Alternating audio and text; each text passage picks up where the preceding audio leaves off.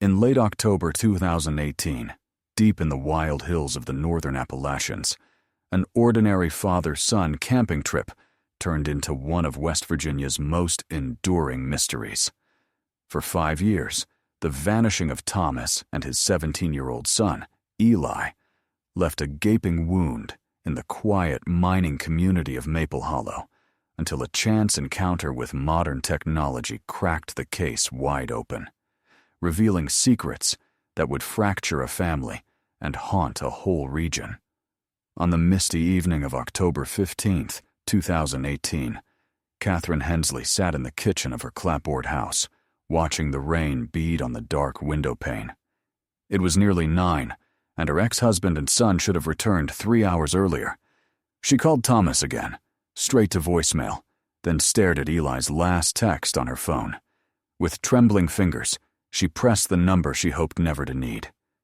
The Maple Hollow Ranger Outpost Emergency Line.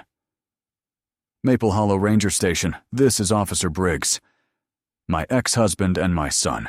They should have been back from Cranberry Lake by now. They're not answering their phones. Please help. 3 days earlier, Thomas Hensley had embraced Catherine on her worn front porch, promising, "Back by Sunday at 6, just like always." 3 days by the lake. Eli's been talking about it all fall. Eli's excitement sparkled brighter than the autumn leaves as he helped load the battered red truck. Neither of them knew it would be the last time Catherine would see her family alive. Thomas Hensley was no amateur among the mountains.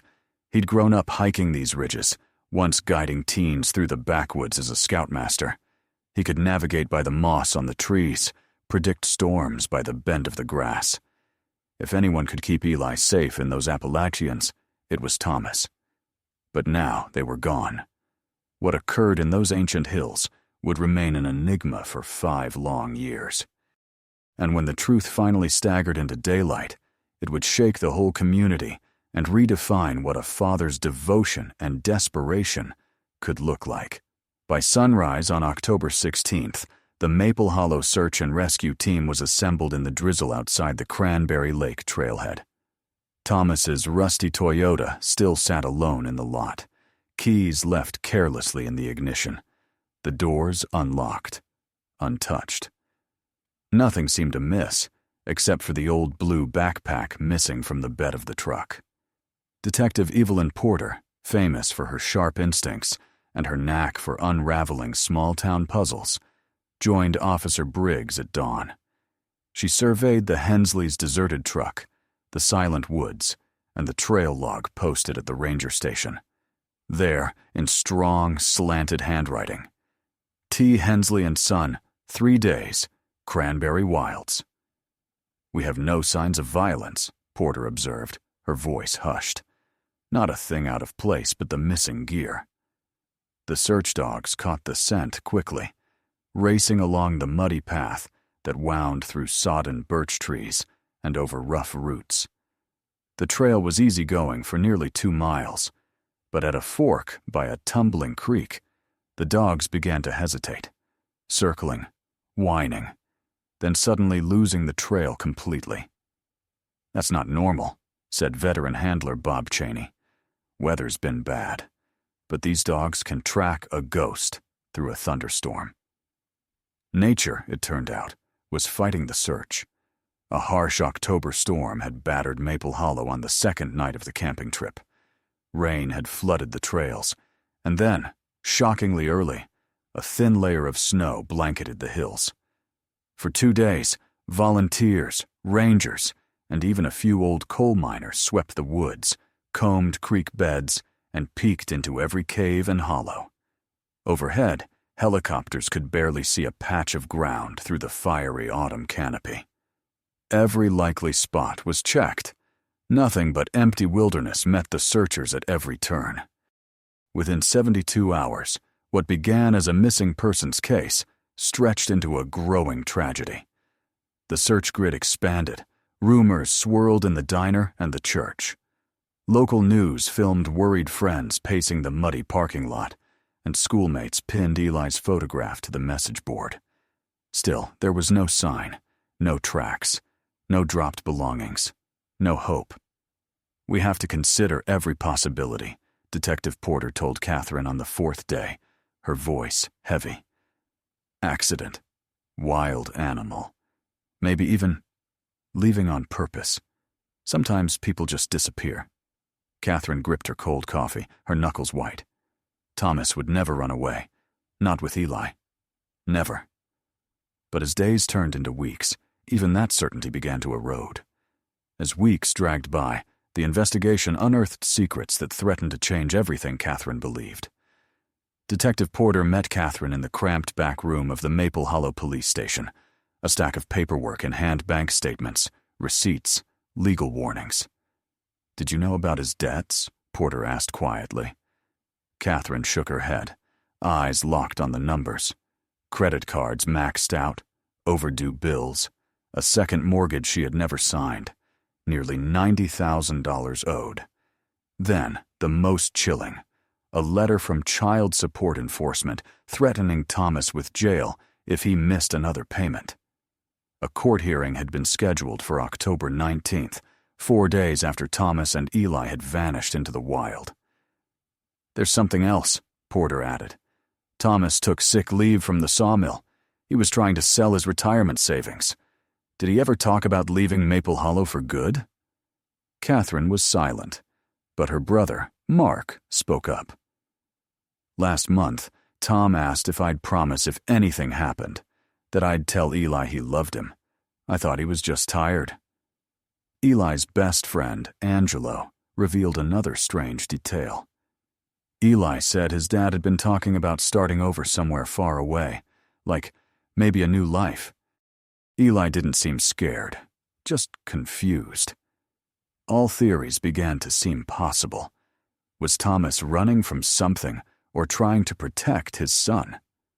The townsfolk argued at church suppers. Local reporters camped by the trailhead, waiting for any clue. Meanwhile, Catherine refused to let go. She hired a private investigator who hiked every abandoned coal road and logging trail in the region, but turned up nothing new.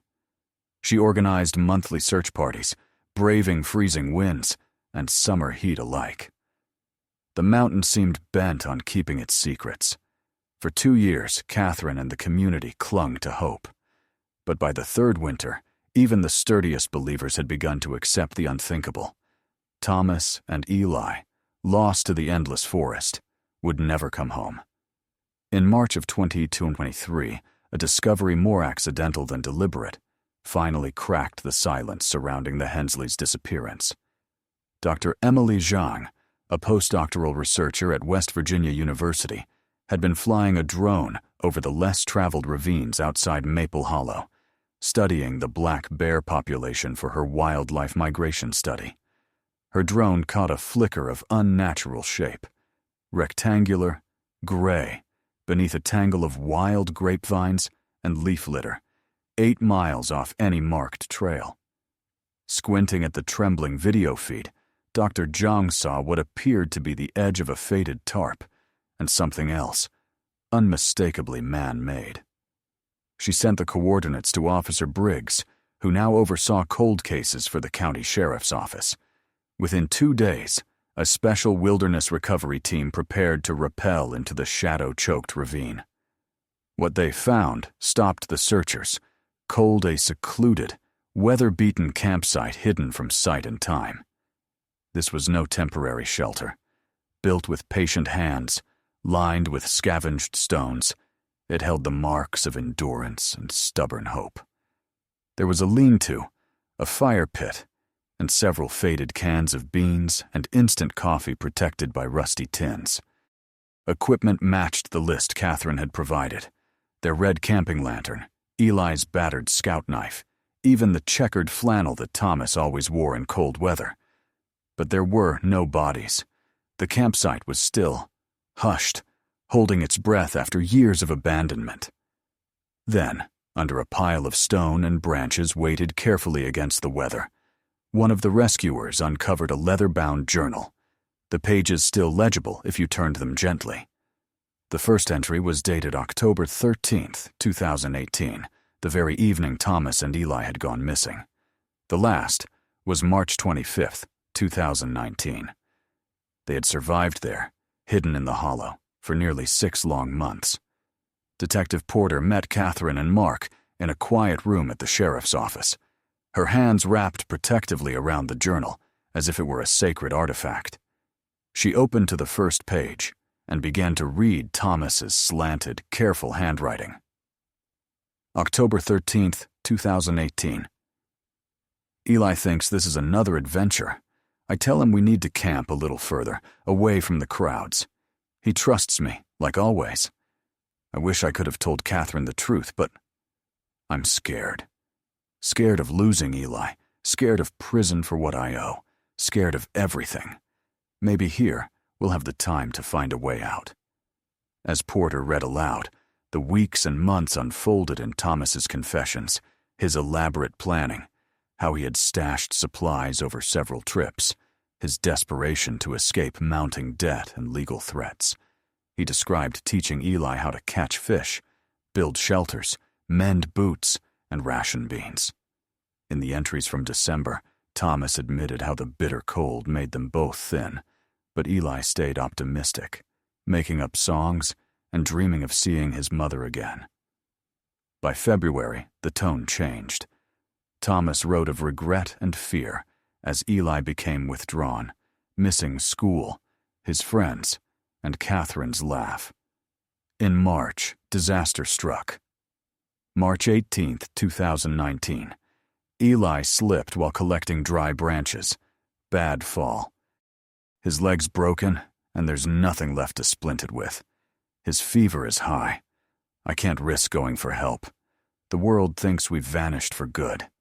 If I leave, he might die alone. The final entries were filled with heartbreak and guilt. March 24, 2019. I prayed for a miracle. Eli's breathing is shallow, and he's delirious. All he wants is to see his mom.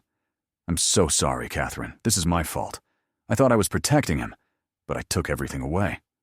The last page, dated March 25, 2019. Eli is gone. I buried him under the ash trees where the sun breaks through in the morning. I don't want to go on. If anyone ever finds this, tell Catherine I love her. I'm sorry. A hush fell over the room. Detective Porter closed the journal and placed it gently in front of Catherine. The truth was finally known, but the pain was fresh, raw, and endless. Based on the journal's harrowing accounts, a final search effort was launched to bring closure. Using details from Thomas's last words, rescue teams scoured the ravine for days. Near a stand of young ash trees, where the first sunlight pierced the dense canopy, they found a small stone cairnet center gently hollowed. There lay Eli's remains, undisturbed and dignified, just as his father had described. Thomas's body was discovered nearly a mile away, at the foot of a precipice overlooking the valley. The coroner's report would later confirm what the journal had confessed. After burying his son, Thomas had chosen to end his own journey, the grief and guilt finally overwhelming him. The news sent ripples through Maple Hollow. For some, answers brought peace. For others, new wounds opened. The town came together for a joint funeral that spring. The church filled with people who remembered advice given on the trail. Games played at the lake. Stories told by campfire. Catherine spoke little, standing by the 2 graves that at last reunited her family. The pain of loss was sharp, but mixed with it was a deeper understanding. Thomas had not been simply a runaway or a criminal. He was a man broken by fear and love, who made a desperate, terrible choice. Months later, Catherine established the Eli Hensley Memorial Fund, using sympathy donations and unsought insurance money to help children of struggling families experience the Appalachian wilderness safely. She also volunteered at local support groups, quietly counseling people through hardship and loss. As autumn returned to Maple Hollow, the wind in the trees sounded much like a sigh. Some secrets, it seemed, only the mountains could keep for so long,